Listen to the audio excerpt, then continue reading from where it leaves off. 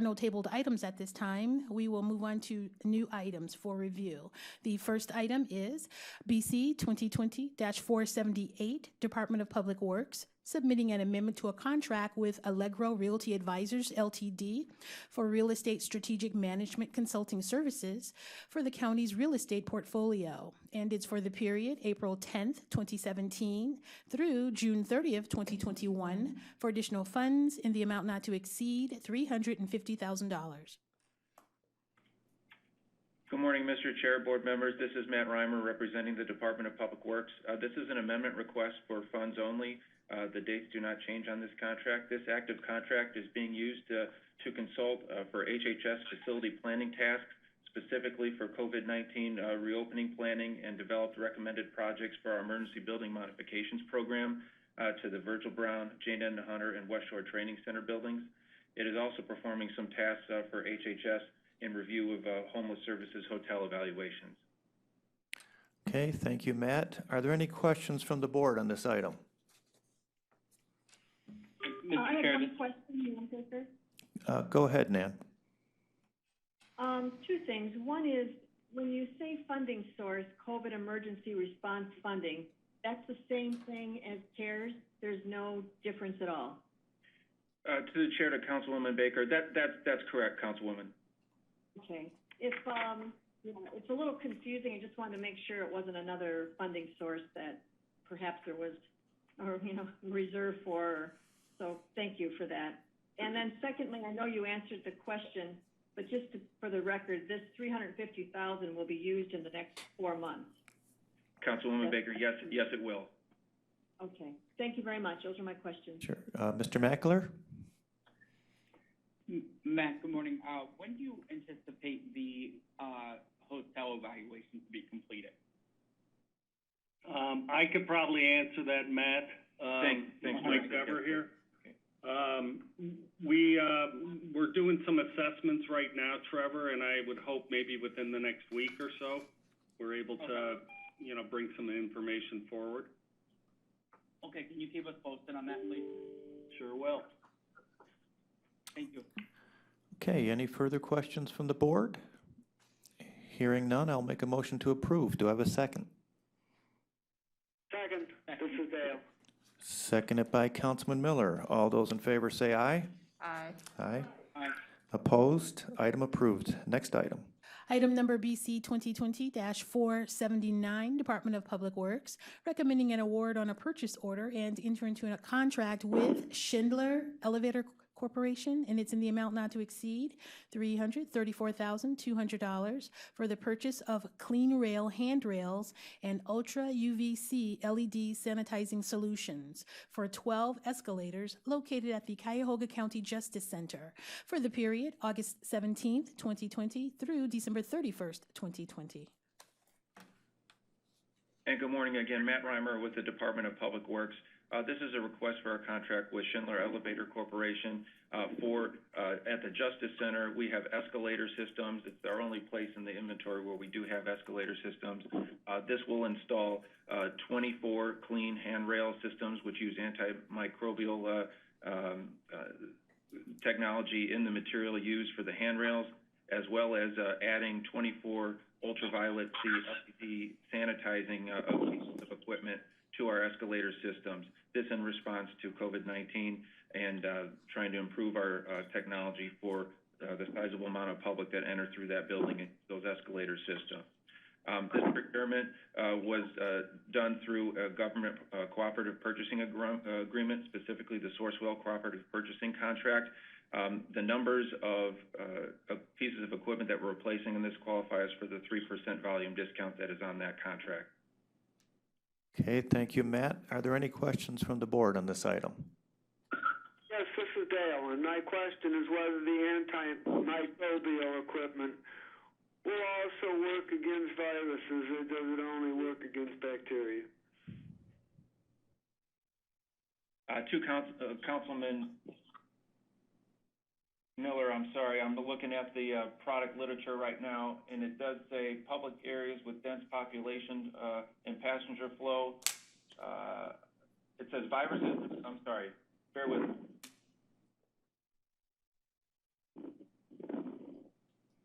short answer is yes, based on my review of the literature right now, Councilman Miller.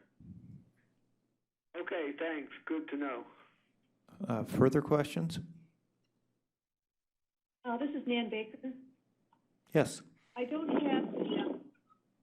have your answers in front of me, but I did review them.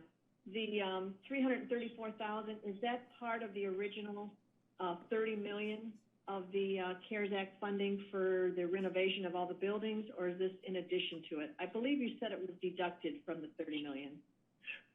Through the chair to Councilwoman Baker, that's correct. So we've worked with the administration, and this will be deducted from the $30 million. Thank you. From that program. Yes, thank you. Okay, hearing no further questions, I will make a motion to approve. Do I have a second? Second, Mr. Trevor. Seconded by Mr. Mackler. All those in favor say aye. Aye. Aye. Opposed? Item approved. Next item. Item BC 2020-480, Department of Public Works, submitting an agreement with the City of Cleveland, Department of Public Utilities, Division of Water, in the amount not to exceed $100,000 for storm and sanitary sewer repair services, and is for the period August 14th, 2020 through August 13th, 2022. Good morning, Tom Pavich, Department of Public Works. This is an agreement with the City of Cleveland, Division of Water. It's a revenue-generating agreement. This is for storm and sanitary sewer repairs. We have these with most of the other communities located in Cuyahoga County. This is just another city to be added to that list of revenue-generating. Thank you, Tom. Are there any questions from the board on this item? Hearing none, I will make a motion to approve. Do I have a second? Second, Dever. This is Dale. Seconded by Councilman Miller. All those in favor say aye. Aye. Opposed? Item approved. Next item. Thank you. Thank you. The next item is a two-part item. Item number BC 2020-481, Department of Development. A, submitting an RFP exemption on requisition 43650, which will result in an award recommendation to National Council for Community Development, Inc., doing business as the National Development Council, in the amount not to exceed $119,000 for economic development and technical assistance services for the period August 24th, 2020 through December 31st, 2021, and B, recommending the award in connection with said RFP exemption. Good morning, Mr. Chairman, members of the board. This is Michael May, Economic Development Administrator of the department. Development is requesting an approval for a specialized technical services contract that we have had for quite some time now with National Development Council. It's, again, the anticipated start is August 24th, and it would run through December 31st of next year. The primary goals of the project are to continue NDC's longstanding provision of technical assistance on economic development projects and activities to Cuyahoga County, as well as 59 municipalities within the county. On the procurement, we're doing or asking for an RFP exemption. Basically, this contract continues a longstanding relationship that NDC has had with the department in our specialized needs for accomplishing economic development projects. So this vendor provides those needs and has a whole host of professionals that are very distinct in their ability to provide the kind of technical assistance we need. A whole, again, host of or multitude of funding areas that are related to the spectrum of economic development. They're also a nationally recognized leader, not only in consultation, but also in training economic development professionals throughout the nation in underwriting loans and providing public financing assistance. I have on the line, I have the Midwest Field Director of NDC, Corey Leone, and also my staff person, Bob Plato, that worked on the contract. Are there any questions? Thank you, Michael. Are there any questions from the board?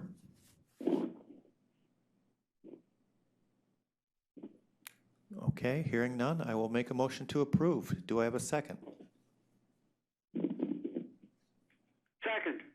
This is Dale. Seconded by Councilman Miller. All those in favor say aye. Aye. Opposed? Item approved. Next item. Item BC 2020-482, Department of Information Technology, submitting an amendment to a contract with Infor Public Sector, Inc. for information technology services and solutions for the Enterprise Resource Planning System for the period October 27, 2016 through October 26, 2021, to modify the scope of services by adding COVID-19 policy updates, configuration, and testing for payroll and workforce management implementation. It's effective August 17th, 2020, and for additional funds in the amount not to exceed $299,998. Good morning, Janelle Green on the behalf of the Department of IT. This is an amendment to the Infor professional services contract to allow for configurations pertaining to COVID-19 to be updated in the payroll and workforce management modules. This is coming out of the CARES Act funding. I know it is listed here as the COVID-19 funding, but it is the CARES Act funding. And these are updates specifically that had to be updated in relation to emergency leave and furlough and the 6 sets of federal COVID-19 rules that affect both modules. We did submit responses ahead of time. If there are any other questions in relation to this item, I will gladly take them. And I have Jack Ryan on the phone as well. Thank you, Janelle. Are there any questions from the board on this item?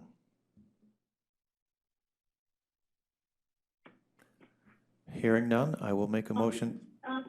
Chair, if I may, I'm sorry. Yes, Nan, go ahead. Sure. I'm looking for the answers. I'm sorry I don't have it in front of me right now. And there was a question about what was capital and what was operations. Were we able to divide the $299,000 into 2 categories? It's just in one category. We deem this as to be an extraordinary operational cost from those systems. Okay, so this is all going towards operations. Yes, we had to tweak the systems as they currently sit. So we had to tweak them in order to be compliant with the federal requirements in order for us to report the payroll and workforce management data. All right, thank you for that. I appreciate the explanation. Sure. Okay, I will then make a motion to approve. Do I have a second? Second, this is Dale. By Councilman Miller. All those in favor say aye. Aye. Aye. Aye. Opposed? Item approved. Next item. The next item is a 2-part item. Item number BC 2020-483, Fiscal Department. A, submitting an RP exemption on requisition 2700, which will result in an award recommendation to Christopher Triplett in the amount not to exceed $133,441 for implementation and operational support for the Infor Enterprise Resource Planning System, Module Support Area, Infor Workforce Management for the payroll system, and it's for the period August 24th, 2020 through July 31st, 2021. And B, recommending the award in connection with said RP exemption. Janelle Green on behalf of the Department of IT. This item is the final 1099 contractor to enter into an agreement with as they transition from main sale to a direct county contract.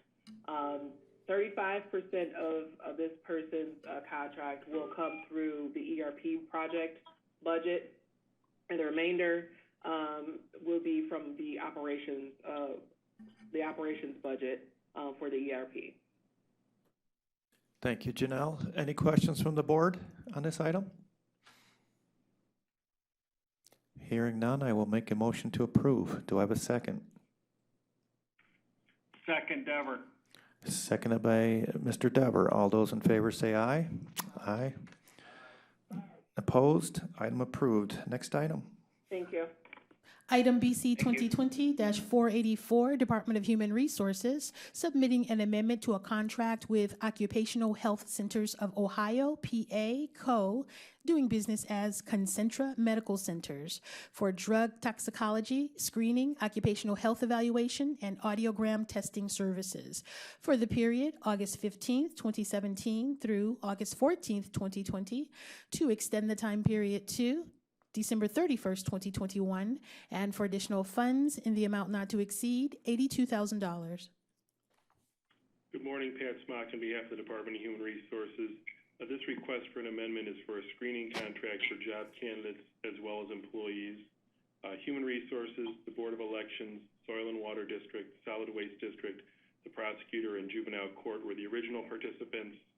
Subsequently, the Sheriff Department was added, and then just this year, the Medical Examiner's Office. It includes toxicology, pre-employment physical exams for ODOT-related jobs, audiology tests, and lead blood testing. And the department does plan to release an RFP early in 2021 for these services moving forward in the future. And we appreciate your consideration of this request. Thank you, Pat. Are there any questions from the board on this item? Hearing none, I'll make a motion to approve. Do I have a second? Second. Seconded by Mr. Mackler. All those in favor say aye. Aye. Aye. Aye. Opposed? Item approved. Next item. The next item is a two-part item, item BC 2020-485, Department of Public Safety and Justice Services. A, submitting an RFP exemption on requisition 2173, which will result in an award recommendation to Golden Ciphers, Inc. in the amount not to exceed $5,926.43 for the CESA Rites of Passage and Mentoring Program in connection with the fiscal year 2019 Juvenile Justice and Delinquency Prevention Disproportionate Minority Contact Title II Formula Grant Program for the period August 24th, 2020 through September 30th, 2020, and B, recommending the award in connection with said RFP exemption. Good morning, this is Mary Beth Vaughn from Public Safety, and the grant that funds this contract ends on September 30th.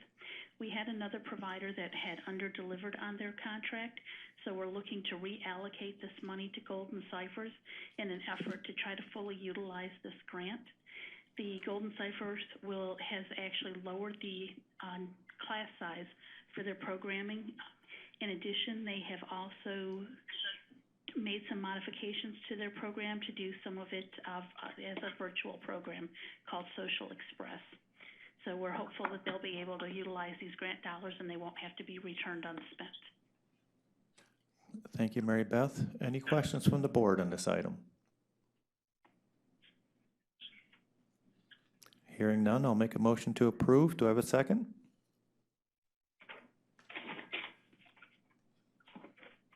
Second, this is Dale. Seconded by Councilman Miller. All those in favor say aye. Aye.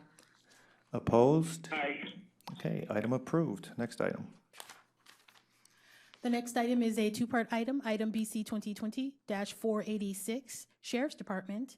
A, requesting authority to apply for grant funds from the City of Cleveland in the amount of $100,000 for the Interoperable Communications Improvement Project in connection with the fiscal year 2020 Burn Memorial Justice Assistance Grant Program for the period October 1st, 2019 through September 30th, 2023.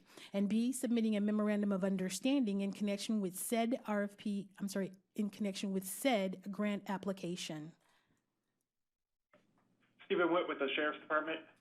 This is a request to submit an application for a fiscal year 20 Justice Assistance Grant with the City of Cleveland and to also submit a memorandum of understanding for this grant. This is an annual grant that we consistently receive from the City of Cleveland. The City of Cleveland receives this from the Department of Justice and acts as the fiduciary agent for this grant and our region, providing the funds to all the various municipalities and ourselves that receive part of this grant. This $100,000 will be used to continue our radio upgrade project to try and get all the deputies on the same radio that have the same frequencies and bands needed to communicate effectively with all the local municipalities that we deal with.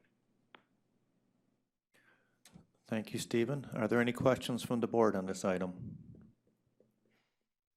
Nan Baker, just one question. Sure.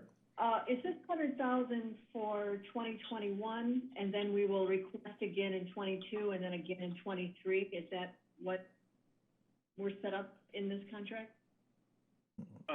So every year, the city of Cleveland receives an award from the Department of Justice, and in that has an allocation set aside for us of about $100,000. We received the same grant in 2018 and 2019. In 2018, we received $100,000. In 2019, we received $111,000. So I anticipate this continuing as long as the Department of Justice sets aside funds for this grant. We will continue to apply for the funds to continue to make sure that we have upgraded radios or any other equipment that we need, but we don't have the budget for. Thank you. And if the cities have a different supplier other than what we have, you're able to communicate with them without a problem? So every municipality within this grant has their own project that they're working. They set aside these funds for. We are using ours for radios, but like the city of East Cleveland might be using theirs for something else. So what we do with it, we're not obligated to follow the same path. We're not obligated to use the same vendors. So we'll follow our same our county formal bidding process to bid these out, and nobody else is obligated to do what we have to do. I see. Thank you. I appreciate it.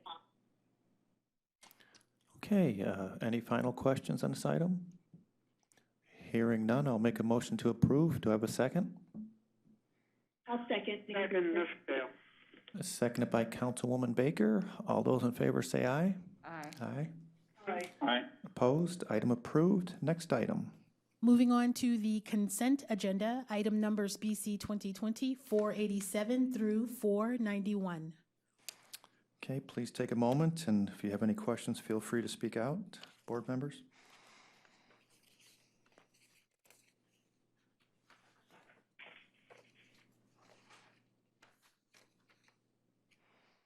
This is Nan Baker. I have a question on 488 and 489. I believe we referenced the pandemic services to pandemic activities, and yet the funding source is Health and Human Services levy. I know there's no funds required, but is there any opportunity to transfer some of those to the CARES Act? This is Bob Stave from the Office of Early Childhood. I can explain that, Councilman. There's a piece of this whole picture that's missing. What these amendments attempt to accomplish is to clarify what we would pay starting point 4 and what we wouldn't pay them for during the period of the governor's emergency closure. There's a separate new contract that was approved independently through the emergency procurement that spells out all of the services that were specifically pandemic related carried out by starting point. That went through the emergency approval process, and that's 100% funded by the CARES Act dollars. So in order to see the whole picture, you really have to see these three amendments and then that new contract to get the complete picture.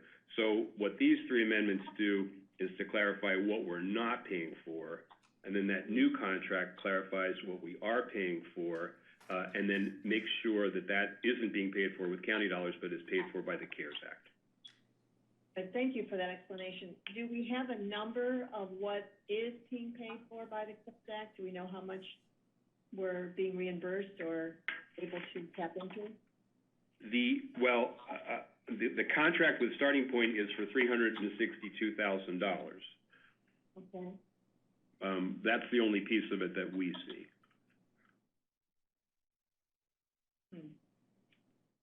All right, but the important thing is that you are on top of, whatever would be related to the CARES Act is being managed through this replacement dollars. Absolutely.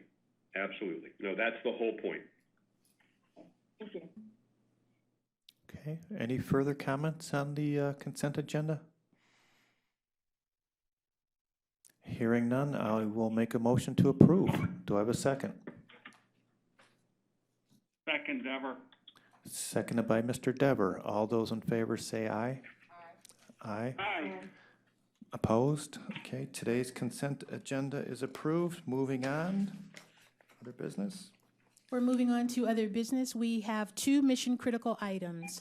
The first mission-critical item, number one, is from the Department of Health and Human Services, Division of Children and Family Services, recommending an award on requisition 2934 to Raven House in the amount not to exceed $24,999.99 for emergency placement services, and it's for the period July 7th, 2020 through October 7th, 2020. And the funding sources being utilized are 70% HHS levy and 30% federal 4E.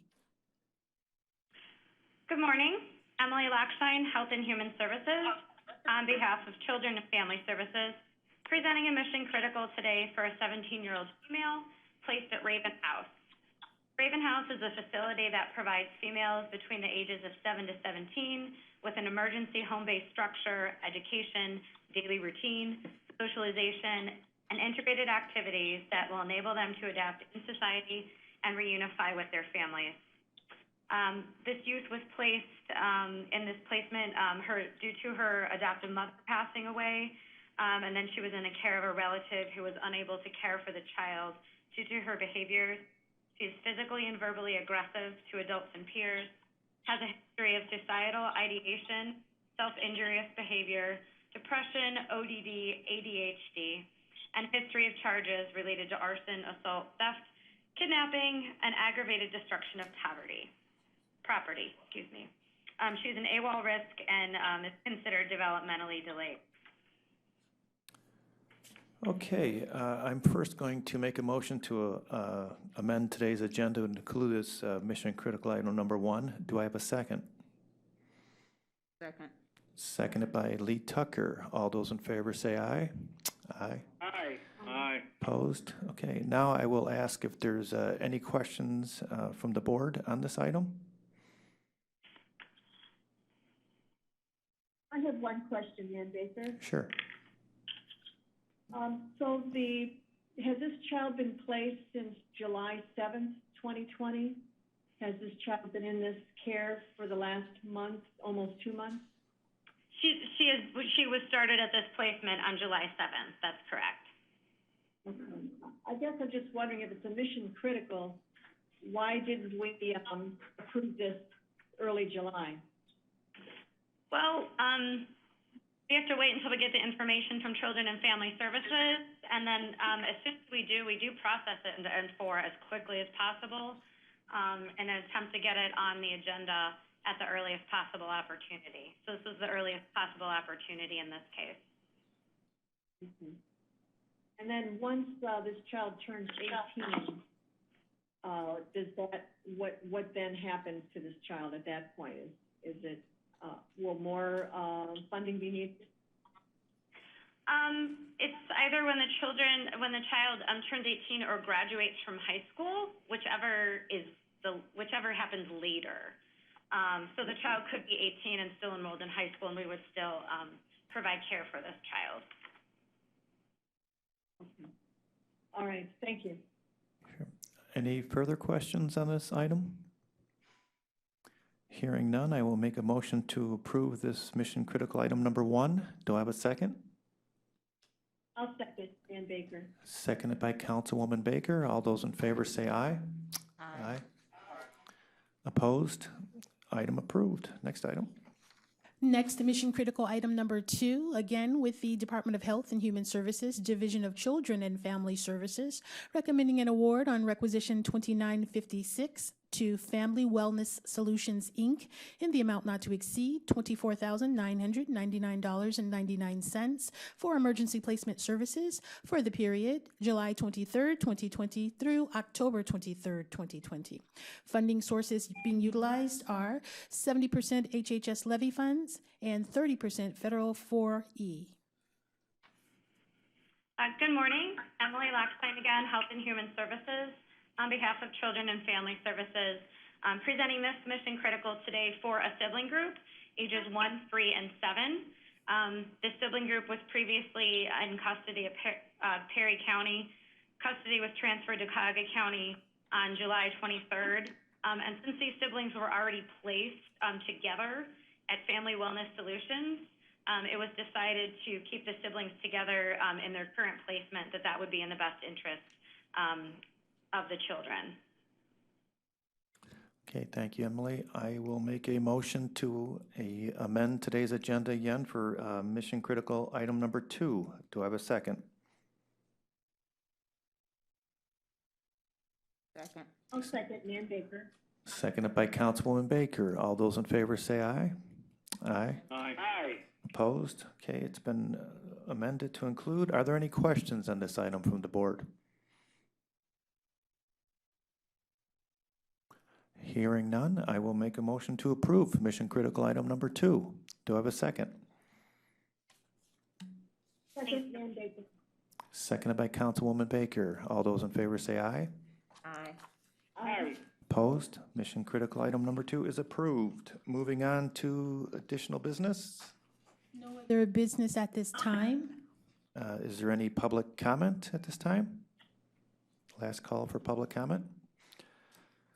Okay, hearing none, I will make a motion to adjourn. Do I have a second?